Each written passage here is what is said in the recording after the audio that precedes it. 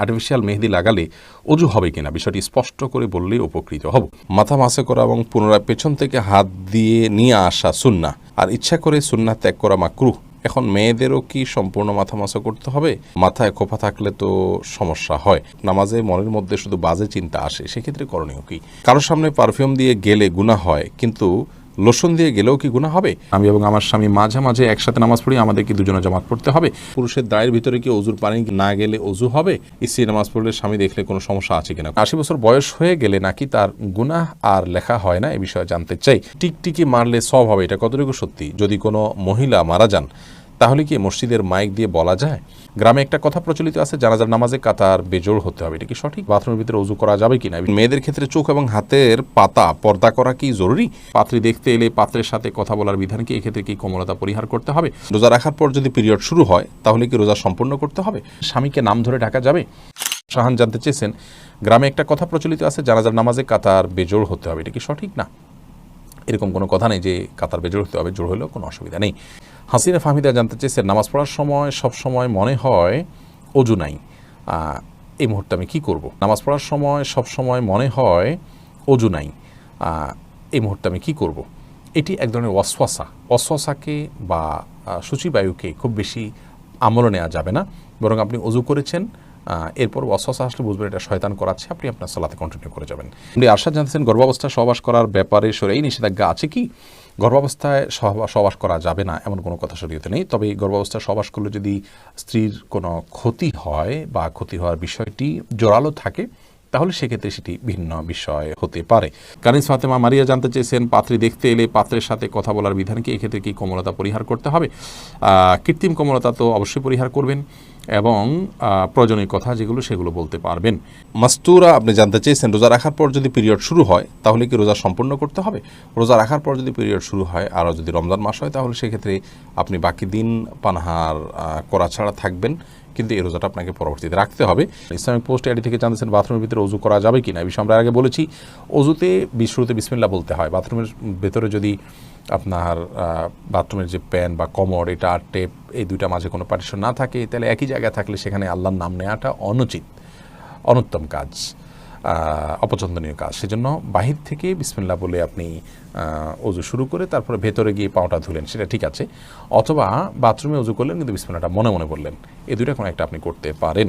মারুফুল হক আপনি জানতে চেয়েছেন, মেয়েদের ক্ষেত্রে চোখ এবং হাতের পাতা পর্দা করা কি জরুরি?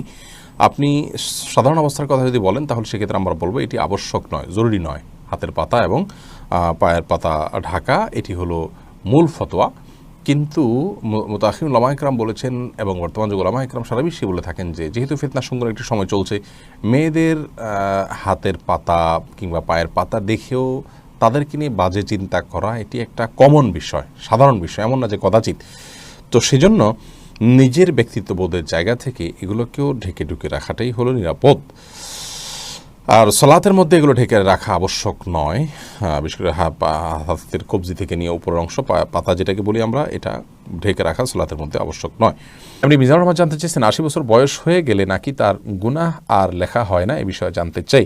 80 বছর বয়স হলে গুনাহ লেখা হয় না, এটি সম্পূর্ণ মনে করা কথা। কোন হাদিসে এরকম কোনো কথা বলা নেই, বরং মৃত্যুর আগ পর্যন্তই আল্লাহর ইবাদত করতে হবে। আল্লাহ বলেছেন, ওয়াবুদ রাব্বাকা হাত্তা ইয়াতিয়াকাল ইয়াকিন, মৃত্যু আসার আগ পর্যন্ত তুমি আল্লাহ তোমার রবের ইবাদত করতে থাকো। অতএব বয়স 80 না 70 এটা দেখার বিষয় না। হ্যাঁ, যদি কেউ শারীরিকভাবে অক্ষম হয়ে যান কোনো ইবাদত করতে, তখন সেটি তার জন্য আর প্রযোজ্য থাকে না, সেটি আরেক বিষয়। রুবেন আহমেদ জানতে চেয়েছেন, স্ত্রী নামাজ পড়লে স্বামী দেখলে কোনো সমস্যা আছে কিনা? কোনো অসুবিধা নেই, স্বামী বা মাহরামরা যদি দেখেন সালাত আদায় করছেন এই অবস্থা, কোনো অসুবিধা নেই। এমনি সোহাগ ভূঁইয়া জানতে চেয়েছেন, যদি কোনো মহিলা মারা যান তাহলে কি মসজিদের মাইক দিয়ে বলা যায়? মহিলা হোক আর পুরুষ হোক, মসজিদের মাইকে কারণ মৃত্যুর ঘোষণা দেওয়া উচিত নয়, কারণ মসজিদের মাইক দান করা হয়ে থাকে আজানের জন্য, সুতরাং সেই কাজটা করা উচিত। কেউ মারা গেছেন বা কেউ জন্মগ্রহণ করছেন, একান্ত জাগতিক একটি বিষয়, এটা ঘোষণা দেওয়ার কিছু নেই। তবে হ্যাঁ, জানাজার সালাত হবে, কোথায় হবে, কী হবে, একটা ইবাদত, সেটি মানুষ কীভাবে সম্পাদন করতে পারে এই বিষয়ে যদি কেউ জানান দেন সেটি ভিন্ন কথা। এরপরে আসাদুল্লাহ জানতে চাচ্ছেন, টিকটিকি মারলে সওয়াব হবে, এটা কতটুকু সত্যি? জি, এটি বিভিন্ন হাদিস থেকে প্রমাণিত হয়, তবে আমাদের সমাজে টিকটিকি আছে, এই টিকটিকি কিনা সেটা নিয়ে অবশ্য আলোচনা আছে, এবং আপনার কেন এটি মারলে সওয়াব হবে সেটা নিয়েও দীর্ঘ আলোচনা আছে। এ বিষয়ে আমাদের একটা ভিডিও আছে, সেটি দেখে নেওয়ার চেষ্টা করবেন, দীর্ঘ আলোচনা করার মতো বিষয় এখানে আছে। রানু ইসলাম জানতে চেয়েছেন, পুরুষের দাড়ির ভিতরে কি অজুর পানি না গেলে অজু হবে? দাড়ি দেখতে হবে ঘন নাকি পাতলা। যদি পাতলা হয় তাহলে সেক্ষেত্রে তার গোড়া পর্যন্ত পানি পৌঁছাতে হবে। যদি ঘন হয় তাহলে সেক্ষেত্রে আপনার বাহ্যিক অংশে বা যতটুকু সম্ভব ততটুকু পানি পৌঁছানো চলবে। তাওহিদা সুমি আপনি জানতে চেয়েছেন, স্বামীকে নাম ধরে ডাকা যাবে? স্বামীকে নাম ধরে ডাকা যাবে, তবে সেটা যদি কোনো সমাজে অ্যালাউড হয়, স্বাভাবিক মনে করা হয়, দোষণীয় মনে করা না হয়। এটা কালচারাল বিষয় এবং সংস্কৃতির বিষয়। কোনো সমাজে কোনো সংস্কৃতিতে যেটা দোষণীয় হয় তাহলে সেটি করা উচিত হবে না, কারণ স্বামীকে সম্মান করতে হবে এবং সেই সম্মানের জায়গা থেকে মূলত যেভাবে ডাকলে তার প্রতি অসম্মান হবে না সেভাবে ডাকবেন। অতএব কোথাও নাম ধরে ডাকলে যদি অসম্মান না হয় তাহলে সেক্ষেত্রে কোনো অসুবিধা নেই। শাহানা আক্তার জানতেছেন, আমি এবং আমার স্বামী মাঝে মাঝে একসাথে নামাজ পড়ি, আমাদের কি দুজনে জামাত পড়তে হবে? একসাথে নামাজ পড়লে একই নামাজ যদি পড়েন তাহলে জামাতে পড়াই ভালো। স্বামী সামনে দাঁড়াবেন, স্ত্রী পেছনে দাঁড়াবেন।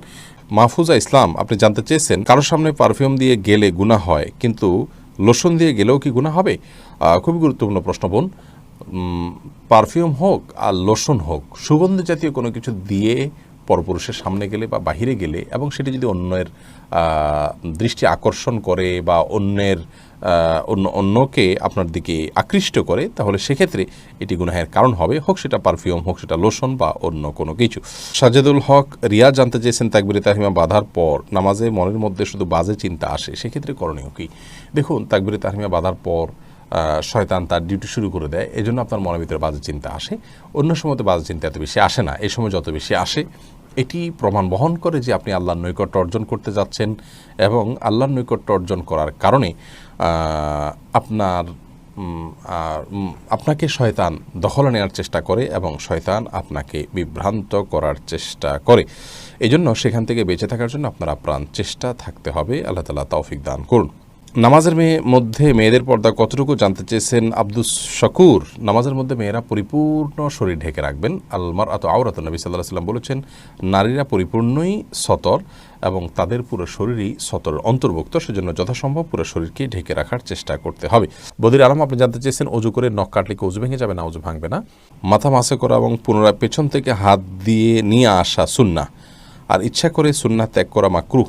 এখন মেয়েদেরও কি সম্পূর্ণ মাথা মাসা করতে হবে? মাথায় খোপা থাকলে তো সমস্যা হয়। এটা প্রশ্ন করেছেন কাজী মায়া। দেখুন, মাথা মাসের জন্য ভেজা হাতকে এইভাবে দিয়ে পেছনের দিকে টানবেন, এইটুকু ব্যবহার হবে আর এইটুকু অবহেলিত থাকবে, কারণ এভাবে আপনি টানবেন।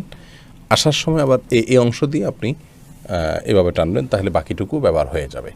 এভাবে করাটা সুন্নাহ। অতএব এটি নারী পুরুষ সকলের জন্যই প্রযোজ্য, যে সবাই এভাবে প্রথমে পেছনের দিকে নিয়ে এরপর সামনের দিকে টেনে আপনি মাসাহ করবেন। সাদিয়া মাহজাবিন আপনি জানতে চেয়েছেন, আর্টিফিশিয়াল মেহেদি লাগালে অজু হবে কিনা? বিষয়টি স্পষ্ট করে বললেই উপকৃত হব।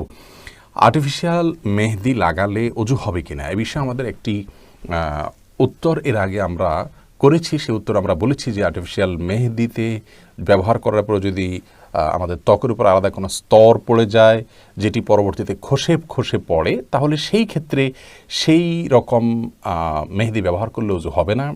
এবং তার কারণ হিসেবে আমরা বলেছিলাম যে যেহেতু একটা স্তর পড়ে যায়, তার উপরে পানি যায়, অতএব অজু হচ্ছে না, বিষয়টি এরকম।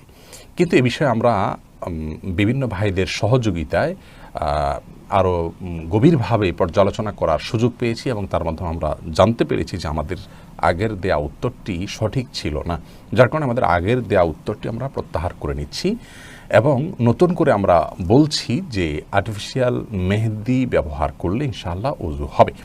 আর্টিফিশিয়াল মেহেদি ব্যবহার করার পর আমাদের যে ত্বকের উপর থেকে খসে পড়তে দেখি আমরা, এটা আসলে মেহেদি নয়। এ বিষয়ে সংশ্লিষ্ট বিশেষজ্ঞগণ এবং বিভিন্ন ওলামা একরাম যারা অনুসন্ধান করেছেন, তাদের বক্তব্য, তাদের আর্টিকেল এবং তাদের অনুসন্ধানের রিপোর্টগুলো পর্যালোচনা করার পর আমাদের কাছে পরিষ্কার হয়েছে যে মূলত আর্টিফিশিয়াল মেহেদিতে যে কেমিক্যাল দেওয়া হয়, সেই কেমিক্যালের কারণে অ্যাসিড টাইপ কিছু থাকে, এগুলোর কারণে মূলত আমাদের চামড়ায় যেখানে একটু বেশি পড়ে সেই অংশটাতে চামড়া আসলে খসে পড়ে যায়। এখানে ওই চামড়ার উপরের যে চামড়া খসে পড়ে বলতে চামড়ার যে উপরে আপনার সূক্ষ্ম স্তর বা লেয়ার আছে সেটা খসে পড়ে। এখানে খসে পড়ে এটা যে মেহেদির আবরণ বা মেহেদিটাই খসে পড়া বিষয়টি সেরকম না। মেহেদিটা কালার হয়ে আমাদের শরীরের সাথে মিশে যায়, আর খসে পড়া বিষয়টা হলো আমাদের চামড়ার উপরের সেই সূক্ষ্ম লেয়ারটা। অতএব আমরা আগে যেটি মনে করেছি সে ধারণাটা আমাদের ভুল ছিল, বিধে আমরা প্রত্যাহার করেছি সেটিকে, এবং আর্টিফিশিয়াল মেহেদি ব্যবহার করলে ওযু হবে ইনশাআল্লাহ বিদিনিল্লাহ, যদি তার মাধ্যমে উপরে আলাদা কোনো প্রলেপ বা স্তর পড়ে যাওয়াটা প্রমাণিত না হয়। এটা বিভিন্ন ভাবে পরীক্ষা করা যেতে পারে। ধরুন একটা কাগজে আপনি লাগালেন, লাগানোর পরে সেখানে আলাদা কোনো স্তর হচ্ছে কিনা আপনি দেখলেন, নাকি শুধুমাত্র কাগজের এপিট ওপিট কালার হয়ে যাচ্ছে, বিভিন্নভাবে এটাকে পরখ করা যেতে পারে, অথবা আমরা পরখ করার চেষ্টা করব।